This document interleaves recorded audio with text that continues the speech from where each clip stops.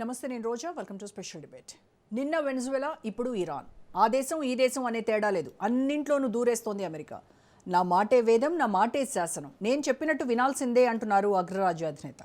తాజాగా operation epic ప్యూరీతో Iran supreme leader ఖమేనీని హతమార్చారు. గతంలో వెనిజువెలా అధ్యక్షుడు నికోలస్ మదురో చేతికి సంకెళ్లు వేసి కళ్లకు గంతలు కట్టారు. అమెరికా చర్యలను యావత్ ప్రపంచం ఖండించింది. ఒక్కో దేశంపై ఒక్కో పంధాతో డొనాల్డ్ ట్రంప్ పంజా విసురుతున్నారు.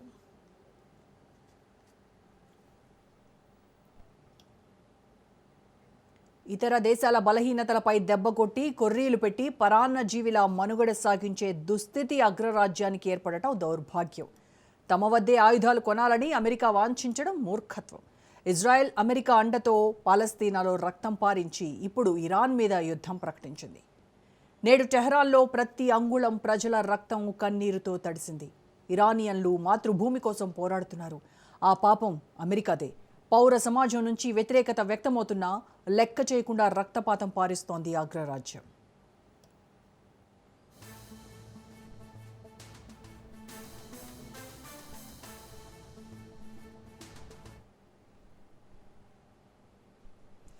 మనుషుల శవాల గుట్టలపై, రక్త ప్రవాహాలపై రాజ్యపాలనని సుస్థిరపరుచుకునే దుష్ట లక్ష్యంతో జరుగుతున్న యుద్ధ జ్వాలల్లో సామాన్యులే సమిధులవుతారు. అందుకు పశ్చిమాసియా పరిణామాలు మినహాయింపు కాదు. అటు ఇరాన్, ఇటు ఇజ్రాయెల్ సహా గల్ఫ్ దేశాల్లో వందలాది మంది మరణించారు. తమ స్వప్నాలు ఛిద్రమై, బతుకులు భారమై రోడ్డున పడిన వాళ్ళు ఎందరో ఉన్నారు.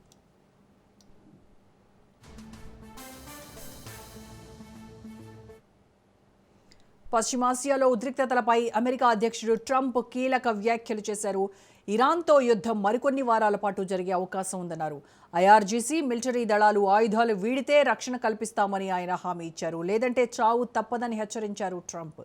అయితే ట్రంప్ తీరుపై విమర్శలు వెల్లువెత్తుతున్నాయి. ఒకవైపు శాంతి అంటూనే మరోవైపు రణగర్జన చేయడంపై ప్రశ్నల వర్షం కురుస్తోంది.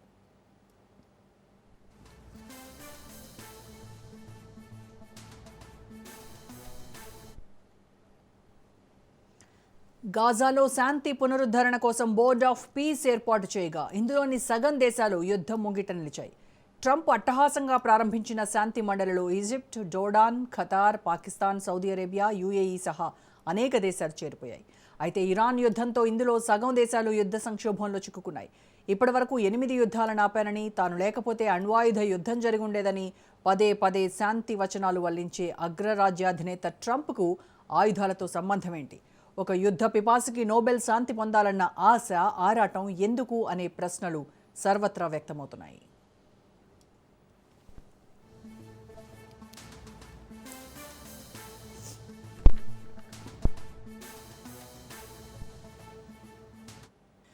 నిజానికి అమెరికా ఎంతో ఆర్థిక సంక్షోభాన్ని ఎదుర్కొంటోంది. అయినా సరే యుద్ధాల కోసం ఖర్చు చేస్తోంది. ప్రపంచాన్ని గాయపరుస్తోంది. ఆయుధాలు అమ్ముకుంటూ పేద ప్రజల రక్తంతో హోలీ ఆడుతున్నారు అమెరికన్లు. భూగోళం ఏ మూలైనా మనిషి నెత్తురు, చెమట డబ్బుగా మారి అది డాలర్గా తమ చెంతకు చేరాలి అనేది అమెరికా కుటిల నీతి.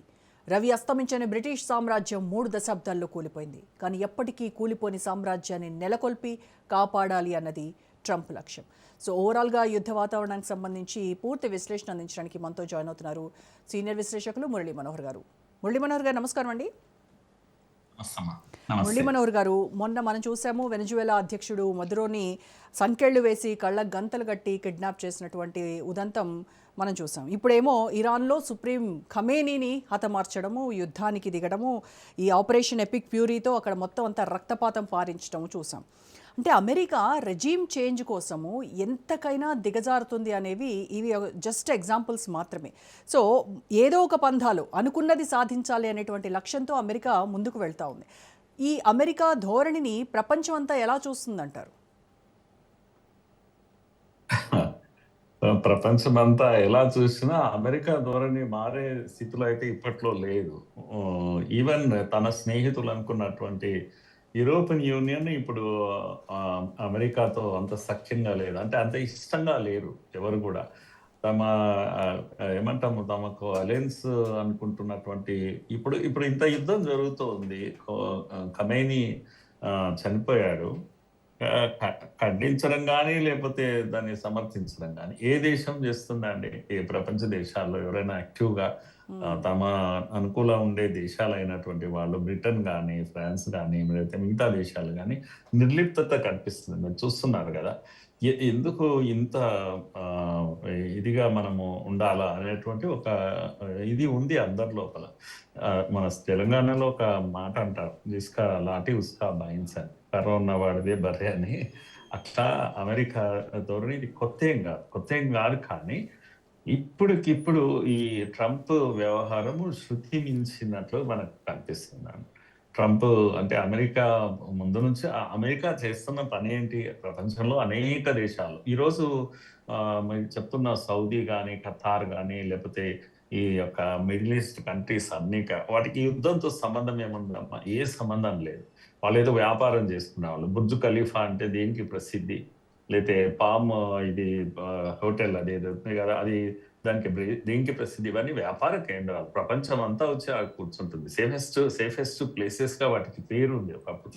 ఇప్పుడు అన్నీ డిస్టర్బ్ అయిపోయినాయి కదా! మిడిల్ ఈస్ట్ కంట్రీస్ అన్నీ కూడా ఎప్పుడు ఏమవుతుందో తెలియదు. మనయే ఒక 400 ఫ్లైట్స్ రద్దయిపోయినాయి.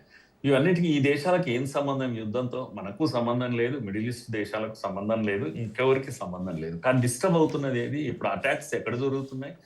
మొత్తం అన్ని ఈ మిడిల్ ఈస్ట్ కంట్రీస్ పైన అన్నిటి మీద అటాక్స్ జరుగుతున్నాయి. ఎందుకు చేస్తుంది ఇరాన్? ఇరాన్ ఇజ్రాయెల్ కొడితే ఇరాన్ అమెరికాని కొట్టాలి. కానీ ఎందుకు కొడుతుంది అంటే ఇదిగో అమెరికా స్థావరాలు ఉన్నాయి అక్కడ. కనుక సౌదీని కొట్టడం లేదు, ఖతార్‌ను కొట్టడం లేదు ఇరాన్. అమెరికా స్థావరాలను కొడుతుంది. అమెరికా ఆయుధ స్థావరాలను కొడుతుంది. కనుక అది చేస్తున్న పని తప్ప అంటే తప్పేం కాదు కదా! తనకు అందుబాటులో ఉన్నాయి. ప్రమాదము పొంచి ఉంది. పక్కలే తెచ్చి బలెం పెట్టారు మీకు.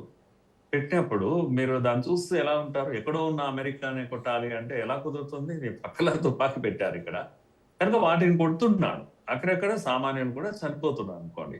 కనుక ఇప్పుడు ఇదంతా ఎందుకు జరుగుతుంది? అమెరికా కోసం ఈ దేశాలన్నీ యుద్ధాలు చేయాలా ఇప్పుడు? ఏ అవసరము లేదు కదా! ఈ మొత్తం ఈ మిడిల్ ఈస్ట్ కంట్రీస్ ఎవ్వరికి కూడా ఇరాన్ అలా చూస్తే వాళ్ళకి ఇస్లామిక్ కంట్రీ నిజంగా అయితే. కానీ అయినా వాళ్ళు జోక్యం చేసుకోవడం లేదు. యుద్ధాలు అనేవి వాళ్ళకి ఇంట్రెస్ట్ లేదు. వాళ్ళు హ్యాపీగా ఉండాలనుకుంటున్నారు. కాసంత హాయిగా డబ్బు సంపాదించుకున్నారు. ఎవరికి కూడా యుద్ధ పిపాస లేదు. యుద్ధ పిపాస ఉన్నదంతా ఎవరికి? ఇదిగో ఈయనకు ట్రంప్‌కు ఉంది. అవతల పోనీ నెతన్యాహుకు ఉందా? ఇజ్రాయెల్‌కు ఉందా? ఇజ్రాయెల్ జీవన పోరాటం వాళ్ళదేమో. ఇజ్రాయెల్‌కు రోజొక దేశం పైన యుద్ధం చేయాలి అనేటువంటి తహతహ గాని, రక్త దాహం గాని ఇలాంటివి ఏమీ లేవు ఇజ్రాయెల్‌కు. కాకపోతే ఇజ్రాయెల్‌కు చుట్టూ 6 దేశాలు ఎప్పుడు కాచుకొని ఉన్నాయి. ఇజ్రాయెల్‌ని వేధిస్తుంటాయి. ఇజ్రాయెల్ మనుషులను చంపుతుంటాయి. కనుక ఇజ్రాయెల్‌దేమో జీవన పోరాటం. బ్రతుకు పోరాటం అది పాపం. సర్వైవల్ కోసం చేసే పోరాటం. అందుకని ఇజ్రాయెల్ ఏం చేస్తుంది? ఈ ట్రంప్ తెంపరితనాన్ని ఉపయోగించుకుంటుంది తెలివిగా. ఇంతకన్నా పిచ్చోడు, ఇంతకన్నా తెంపరితనం ఉన్నవాడు, దుందుడుకు స్వభావం ఉండేటువంటి అధ్యక్షుడు అమెరికాకు దొరకడు. అంటే ఐ మీన్ నెతన్యాహుకు దొరకడు. కనుక నెతన్యాహు ప్రాపర్‌గా ఉపయోగించుకుంటున్నాడు. అమెరికా అధ్యక్షుడు ఖమేనీ టీమ్‌తోని గాని, ఖమేనీతోని గాని చర్చల్లో ఉన్నాడు. లాంగ్ టైమ్ చర్చల్లో ఉన్నారు. ఇప్పుడు కాదు. ఎప్పటినుంచో ట్రంప్ కూడా చెప్తూనే ఉన్నాడు. ఏమని? మేము చెప్తున్నాము, వాళ్ళకి వినడం లేదు. అణు ఒప్పందానికి రాండి అని చెప్తున్నాము. టేబుల్ పైకి రాండి, ఒప్పందాలు చేసుకుందాం అని చెప్తున్నాం. వినకపోతే మేము తప్పకుండా దాడులు చేస్తాము అని కూడా చెప్తూ ఉన్నాడు. ఇది ఏంది అంటే ఓ రకంగా ఎంగేజ్ చేశారు వాళ్ళు. ఖమేనీని గాని, ఖమేనీ మనుషులను గాని ఎంగేజ్ చేశారు. వాళ్ళు ఊహించలేదు వాళ్ళ పైన దాడులు జరుగుతాయని ఇంత తొందరగా. యాక్చువల్‌గా అలా ఎంగేజ్ చేసి ఇజ్రాయెల్ చేసిన పని ఏంటి అంటే అసలు ఎవరు ఎక్కడ ఉంటున్నారు? ఖమేనీ నివాసం ఎక్కడ? వాళ్ళ అఫీషియల్స్ ముఖ్యంగా ఐఆర్‌జీసీ అఫీషియల్స్ ఎక్కడుంటారు? వాళ్ళ మీటింగ్స్ ఎక్కడ జరుగుతున్నాయి?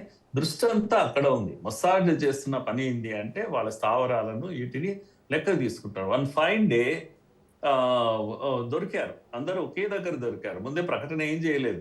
రేపటి నుంచి యుద్ధం చేస్తాం, ఇంకో ఎల్లుండి యుద్ధం చేస్తాం అలా ఏం చేయలేదు. కొట్టడమే ఖమేనీని కొట్టారు. అసలు ఈ చర్చలంతా దేని కొరకు అంటే ఖమేనీని చంపేయాలి, ఖమేనీ మనుషులను చంపేయాలి, వాళ్ళ చుట్టాలను చంపాలి. చాలా మంది చనిపోయారు.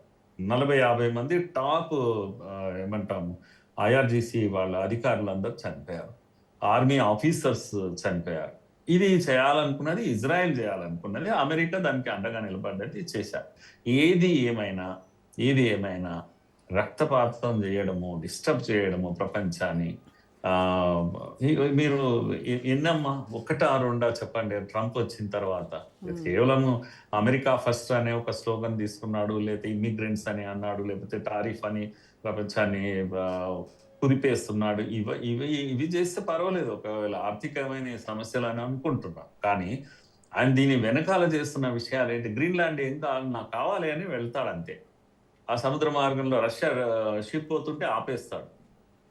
ఎంత అంటే దుర్మార్గము అంటే, ఆ, ఏమంటాం, గల్లీ దాదా చేసేటువంటి వ్యవహారం. మీరు అన్నట్టుగా వెనజులా మదోరోను స్కూల్ కిడ్ని ఇట్లా పట్టుకొచ్చాడు పోయి. ఎంతకన్నా అవమానం ఏముంటుంది? ఇంకో విషయం చాలా మంది అబ్జర్వ్ చేయడం లేదు కానీ, మదోరోను కొట్టేటప్పుడు, ఆయన పట్టుకొస్తున్నప్పుడు క్యూబా సైన్యం అతనికి ప్రొటెక్షన్ గా ఉన్నది. 40 మంది క్యూబన్ సోల్జర్స్ చంపేశారు వీళ్ళు చెప్పి క్యూబాకు హెచ్చరిక ఇచ్చారు. క్యూబా కూడా ఇప్పుడు చర్చలు చేస్తుంది. పాపం క్యూబా ఆర్థిక స్థితి ఏం బాగలేదు కనుక ఎప్పటి నుంచో కోరికగా ఉందంట ఎవరికి, ట్రంప్ కు. ఏంటి అంటే, చిన్నప్పటి నుంచి వింటున్నాను, క్యూబా కమ్యూనిస్ట్ దేశము, చాలా పవర్ఫుల్ కంట్రీ, చాలా ఇది ఎవరికి మాట వినదండి, ఎలా వినదో చూడాలి అని ఉంది నాకు. మొన్న చెప్పినటువంటి స్టేట్మెంట్ ఏది, మడోరోను పట్టుకొచ్చినప్పుడు చెప్పిన విషయం ఏంటంటే, క్యూబాతో కూడా మేము మాట్లాడుతున్నాము, రిజీమ్ చేంజ్ చేస్తాం క్యూబాలో కూడా. ఎన్ని దేశాల్లో నువ్వు రిజీమ్ చేంజ్ చేస్తావు?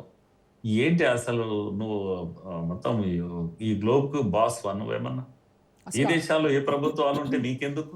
అమెరికాలో రెజ్యూమ్ చేంజ్ చేస్తే అసలు గొడవ ఉండదు ఇంకా అసలు. అటువంటిది ఏదైనా జరగాలి. ఇప్పుడు అమెరికా జరిగితే అది కూడా జరుగుతుంది. రేపు మిడ్ టర్మ్ అవి ఎలక్షన్ జరుగుతున్నాయి, జరగబోయేది అదే అని అందరూ చెప్తున్నారు. కనుక ఈయన బిహేవియర్ ఎవరికి ఇది నచ్చడం లేదు.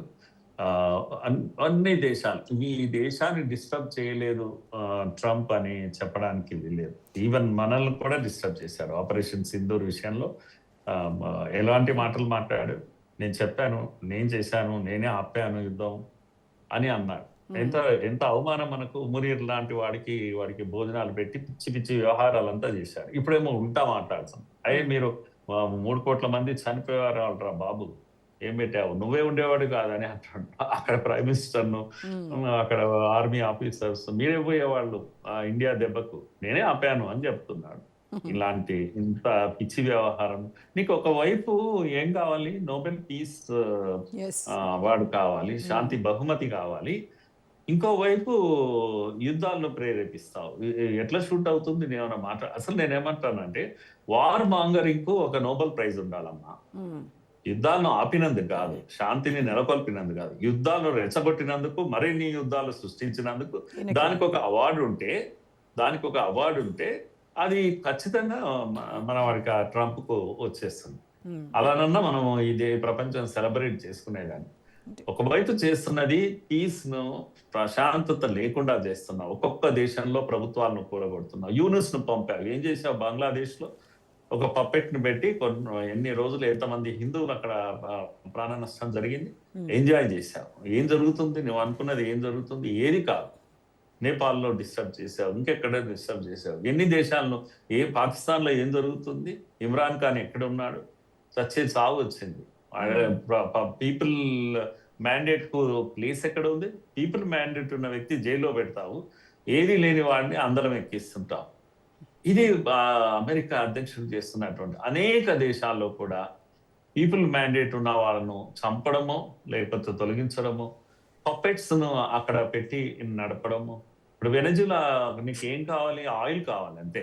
మడోరో కాదు ఇప్పుడు కావాల్సింది, నీకు ఆయిల్ కావాలి. చేతిలోకి తీసేసుకున్నావు. రోజుకు 80 మిలియన్ బ్యారెల్స్ నువ్వు కొట్టేసావు, ఎంజాయ్ చేస్తున్నావు. నేను ఒక్క మాట అంటానమ్మా, అమెరికా ఏ పని చేసి బ్రతుకుతుంది? ఎవరైనా సరే ఇండియాలో ఏం చేస్తారు అంటే పొలం దున్ని బతుకుతారు. ట్రంప్ పొలం దున్నుతాడా? ఇంకెవడైనా దున్నుతాడా? కష్టపడి చెమట వచ్చి ఏదైనా పని చేస్తారా వాళ్ళు? ఏది చేయరు. అన్ని ప్రపంచ దేశాలను కొల్లగొట్టడం, అక్కడి వనరులను కొల్లగొట్టడము, కొల్లగొట్టి తాము బ్రతికేస్తామని. ప్రపంచ వనరులను సుమారుగా 40% వనరులు, 30% వనరులు ఒక్క అమెరికా భోంచేస్తుంది. ఈవెన్ ఇప్పుడు ఇరాన్ భూభాగంలో ఉన్న 210 బిలియన్ బ్యారెళ్ల ఆయిల్ కోసమే కదా సార్ ఇప్పుడు ఇదంతా చేసేది కూడా వాటి మీద పెత్తనం కోసమే కదా. వేరే అనుమానమే లేదు, వేరే అనుమానం లేదు. అక్కడ ఉన్న పెత్తనం కోసం, ఆ ఆయిల్ను చోరీ చేయడం కోసం చేసేటువంటివి ఇది తప్పితే డెమోక్రసీ పైన ప్రేమ ఉందా మీకు? ఎన్ని దేశాల్లో మీరు ప్రజాస్వామ్యాన్ని పునరుద్ధరించారు చెప్పండి? ఎక్కడైనా ఒక దేశంలో మేము ఇక్కడ ఎన్నికలు పెట్టాము, అక్కడ ప్రజల యొక్క ఒపీనియన్తో ప్రభుత్వం ఏర్పడ్డది అని ఎక్కడ ఉండదు. అంతటా కూడా మీ పని మీరు ఇంకోటి సగంలో అన్ని వదిలేసి వెళ్తూ ఉంటారు. ఒక్క దేశాన్ని కంప్లీట్ గా ఇప్పుడు 20 ఏళ్ళు మీ ఆధీనంలో పెట్టుకున్నారు కదా ఆఫ్ఘనిస్తాన్. ఏం చేశారు? విధ్వంసం చేసి దాన్ని బుగ్గిపాలు చేశారు. చేసి లేని తాలిబాన్లను సృష్టించారు. అదే రష్యాను అక్కడ నుంచి తొలగించడానికి, మీరు రష్యా పట్టు తొలగించడానికి తాలిబాన్లను సృష్టించారు. డబ్బు ఇచ్చారు, ఆయుధాలు ఇచ్చారు, వాళ్ళు ఫైట్ చేశారు. వాళ్ళ వల్ల కాలేదు, నువ్వే వచ్చావు. చివరకు నువ్వు తాలిబాన్లను కథం చేసినావు, దాన్ని పట్టించుకున్నావు, దాన్ని తీసేసుకున్నావు అనుకో, అది కాలేదు. 20 ఏళ్ళ తర్వాత తాలిబాన్లకు అన్ని ఇచ్చేసి పారిపోయావు. ఇదే ట్రంప్ చేశాడు కదా. మరి ఇప్పుడు మీరు ఏం సాధించారని నేను అడుగుతున్నా. ఆయుధాలు పట్టిన తీవ్రవాదుల చేతిలో ప్రభుత్వాన్ని పెట్టి వెళ్ళారు. అక్కడ ప్రజలు ఏం కావాలి, ఇది ఏం కావాలి, డెమోక్రసీ ఏం కావాలి?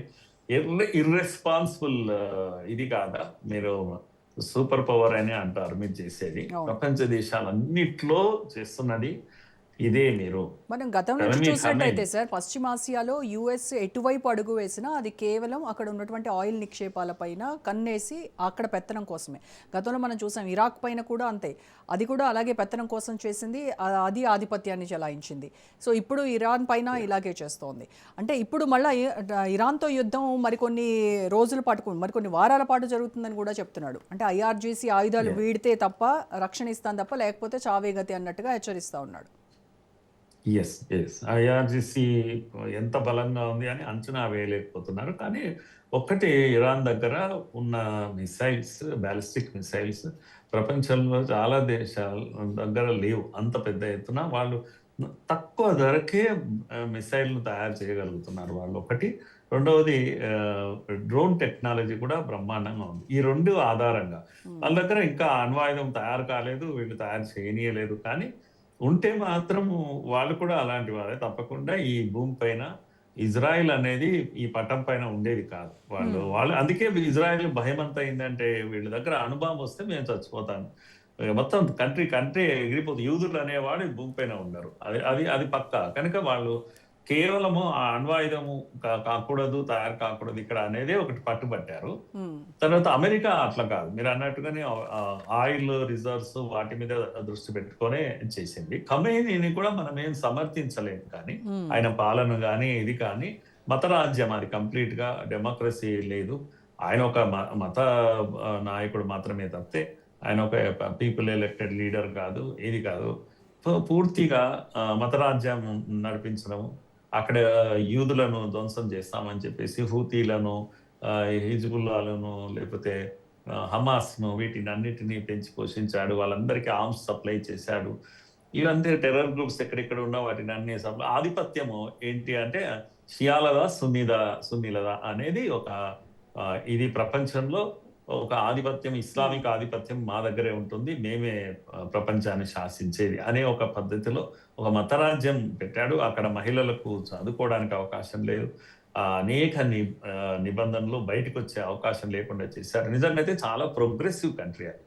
అంటే షా పరిపాలించే రోజు 79 బిఫోర్ ఈ ఖమైనీ కన్నా ముందు ఖుమేని ఉండేవాడు. ఖుమేని కన్నా ముందు షాలు పరిపాలించారు. వాళ్ళ టైంలో చాలా ప్రోగ్రెసివ్ కంట్రీ. అంత గొప్ప ఇస్లామిక్ కంట్రీస్ లో అంత ప్రోగ్రెసివ్ ఎవరు ఉండేది. చదువు బాగుండేది, ఎడ్యుకేషన్ బాగుండేది, మెడికల్ ఇవి ఫెసిలిటీస్ ఉండేవి, అద్భుతమైనటువంటి జీడిపి వాళ్ళది. ఇవన్నిటినీ వాళ్ళు నాశనం చేసి పెట్టారు. నిజంగా కూడా అక్కడ ప్రజలు తిరగబడడం తప్పు కాదు. వాళ్ళు డెమోక్రసీని కోరుకుంటున్నారు, కొద్దిగా ఫ్రీడమ్ కోరుకుంటున్నారు.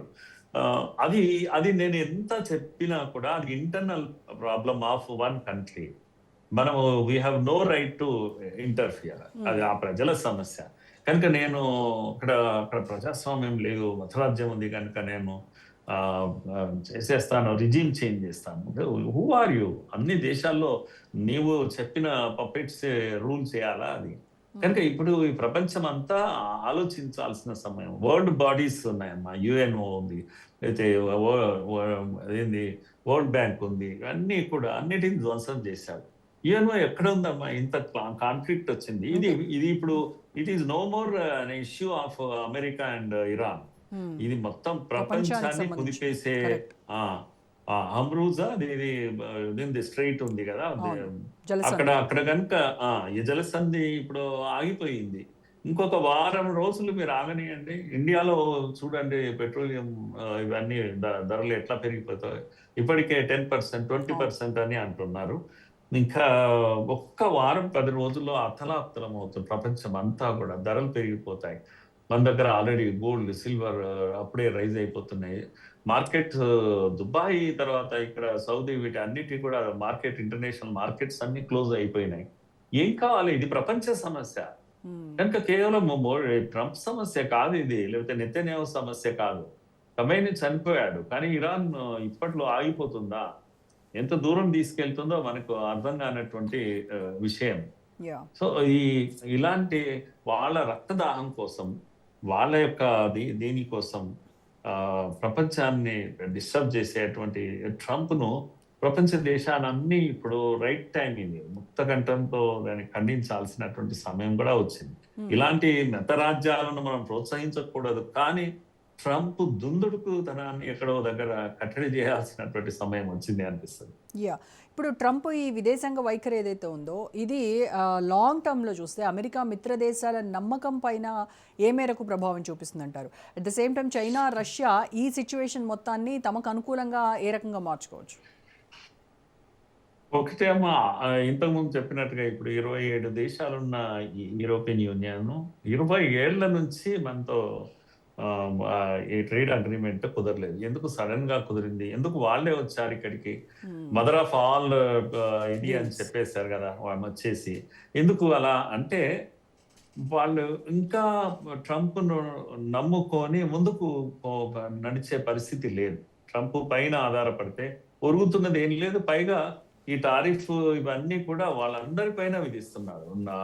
మనవాడు పరాయి అనేది ఏమీ లేదు, అందరికీ సమస్య వచ్చి పడ్డది. కనుక మీరు అన్నట్టుగా మిత్రులు శత్రువులు ఏమీ లేని ఒక పరిస్థితి వచ్చేసింది. వాళ్ళనే బెదిరిస్తున్నాడు. కెనడాను ఏమంటున్నాడు? నువ్వు వచ్చి జాయిన్ అయిపో, 51st స్టేట్ గా మా దగ్గర ఉండిపోమని చెప్పేస్తున్నాడు ఓపెన్ గా. ఏం రహస్యంగా కూడా ఏం కాదు కదా. గ్రీన్లాండ్ ఇప్పుడు వాళ్ళ ఫ్రెండ్లీ కంట్రీస్ అవన్నీ కూడా, ఫిన్లాండ్, గ్రీన్లాండ్ ఇది మాదే, మేము తీసేసుకుంటామంటున్నాడు. కనుక ఎవరు ఫ్రెండ్? అసలు ఫ్రెండ్ అనేవాడు ఎవరున్నాడు? ఫ్రెండ్నే వేధిస్తున్నాడు పిచ్చోడు. కనుక ఫ్రెండ్లీ కంట్రీస్ లేవు. మరి ఎనిమి కంట్రీస్ ఏంటి? రష్యా ఉంది. రష్యాని ఏం చేశాడు? ఉక్రెయిన్ అనేది ఒక చిన్న దేశము, దాన్ని నాటోలోకి తీసుకుంటాము, అది తీసుకుంటామని దాన్ని ఎటు కాకుండా చేసి, రష్యా ఒప్పుకోదు తీసుకుంటే, వీళ్ళకి ప్రమాదం, రష్యాకు ప్రమాదం.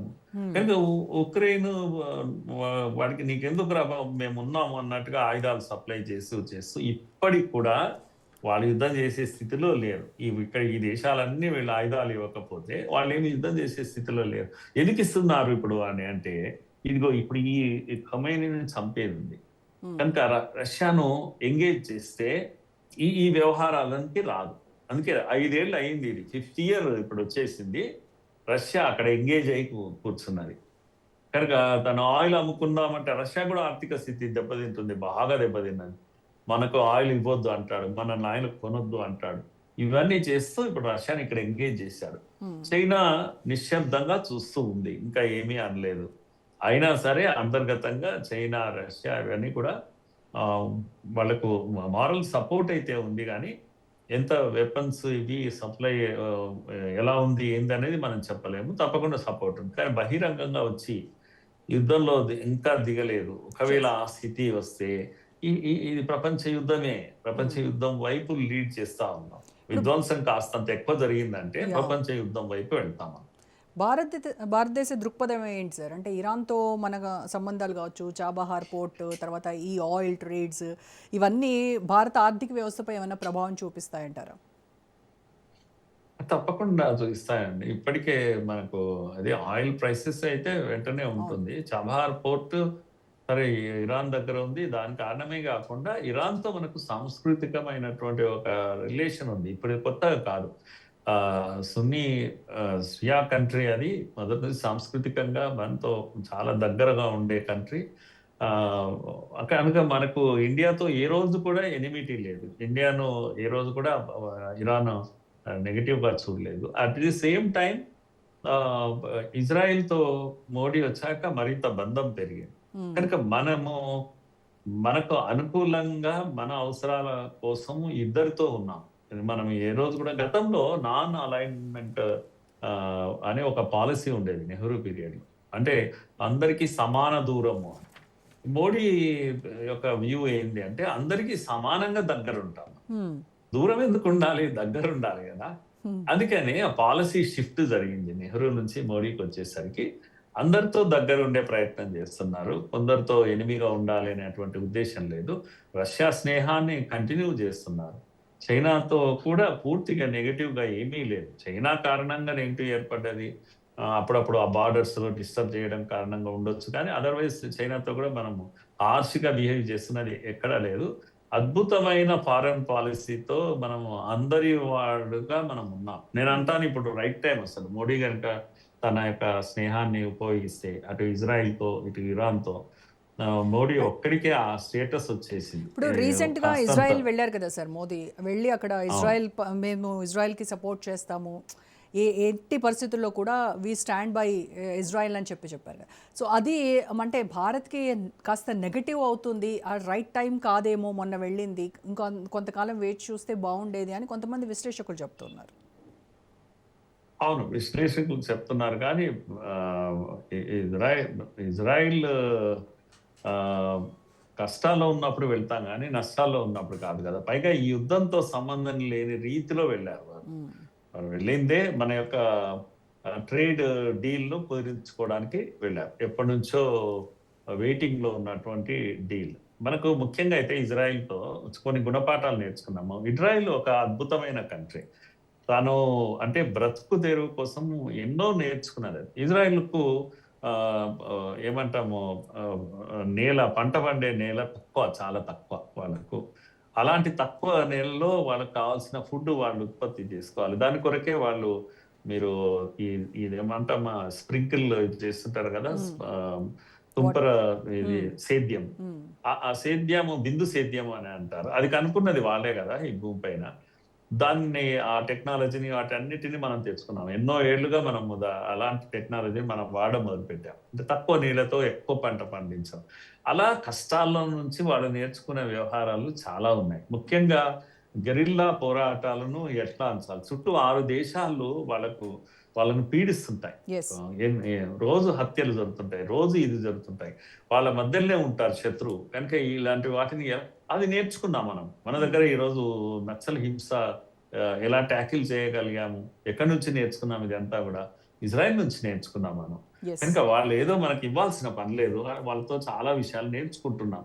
మోడీ గారు వెళ్ళడము మన దేశ అవసరాలకు వెళ్లారు గానీ, ప్రపంచాన్ని శాసించడానికో, లేకపోతే రెచ్చగొట్టడానికో వెళ్ళలేదు. రైట్. కాకపోతే వాళ్ళ ఎజెండాలో అది ఉంది అనే విషయము ఆయనకు కొంత తెలిసినా, అప్పటికప్పుడు ఆయన వెళ్ళినప్పుడే ఇది ప్లాన్ జరుగుతుంది అనేది ఆయన నోటీస్‌లో ఉండకపోవచ్చు. ఎగ్జాక్ట్‌లీ. రైట్ ఏది సార్. ఏమైనా మంచి స్నేహం ఉండడం అనేది మంచిది. ఇరాన్‌తో కూడా మనకు మంచి స్నేహం ఉంది. రైట్. ఒకవేళ ఉపయోగపడితే మనమే ఒక ప్లాట్‌ఫార్మ్ అయితే వీళ్ళందరినీ ఒక ప్లేస్‌కి తీసుకురావడానికి అంతకన్నా అద్భుతం ఏముంటుందమ్మా. Right sir. Thank you so much Murali Manohar garu. Right. ఇది ఇవాల్టి special debate. Stay tune to Raj news.